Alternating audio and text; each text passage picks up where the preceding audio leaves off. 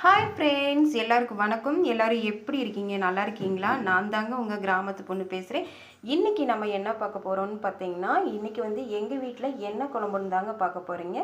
அந்த குழம்புக்கு உண்டான மசாலா நான் எடுத்து வச்சுருக்கேங்க. வாங்க ஃப்ரெண்ட்ஸ் பார்க்கலாம்.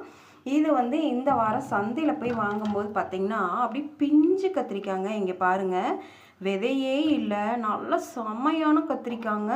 விலையும் கொஞ்சம் மலிவாக கிடந்துச்சுங்க. இது பார்த்திங்கன்னா 1/4 கிலோ 15 ரூபாய்க்கு விற்றாங்க. நான் 1/2 கிலோ கத்திரிக்காய் வாங்கிட்டு வந்தேங்க. இது எங்கள் ஊரில் இந்த கத்திரிக்காய் புளியம்பூ கத்திரிக்காய்னு சொல்லுவாங்கங்க. பார்த்திங்கன்னா புளியம்பூ இந்த கலரில் தாங்க இருக்கும்.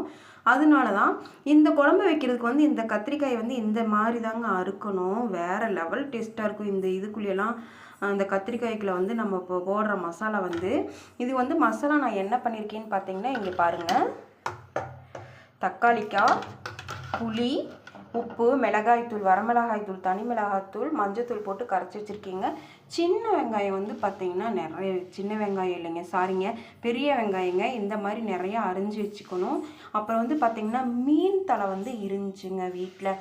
அந்த மீன் தலையை நான் மசாலா தடவி வச்சுருக்கீங்க. பாருங்கள், மீன் தலை இந்த கத்திரிக்காய் போட்டு செஞ்சால் நான் மனசுக்குள்ளே நினச்சிக்கிட்டே இருந்தேங்க.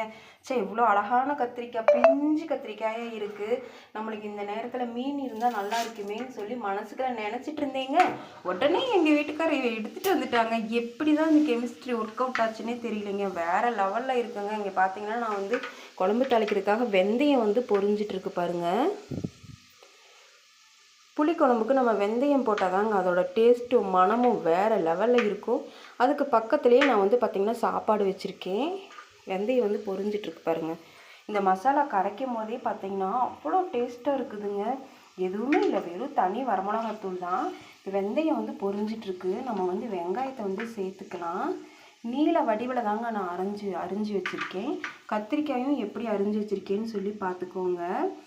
இது செம்மையாக இருக்குங்க. அந்த மீன் தலையை போட்டு கத்திரிக்காய் போட்டு வைக்கிறது அவ்வளோ ஒரு ருசியாக இருக்கும். இப்போ வெந்தயம் பொரிஞ்சிட்ருக்கு. நம்ம வெந்தயம் பொரிஞ்சிருச்சுங்க. வெங்காயம் சேர்த்துக்கலாம்.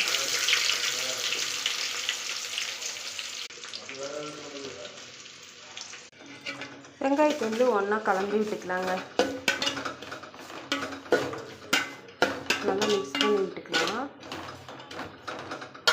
இந்த கத்திரிக்காய் இந்த மாதிரி பிஞ்சு கத்திரிக்காயாக உங்களுக்கு கிடச்சிதுன்னா வாங்கி நீங்கள் குழம்பு மட்டும் வச்சு பாருங்கள். இந்த மாதிரி மீன் தலை போட்டு அவ்வளோ அருமையான ஒரு டேஸ்ட்டாக இருக்குங்க. சாப்பிடாதவங்க கூட ஒரு கைப்பிடி தான் சாப்பிட முடியும்னு நினைக்கிறவங்க கூட ஒரு தட்டு சோறு அசால்ட்டாக சாப்பிட்லாங்க. அவ்வளோ ஒரு டேஸ்ட்டாக இருக்கும் இந்த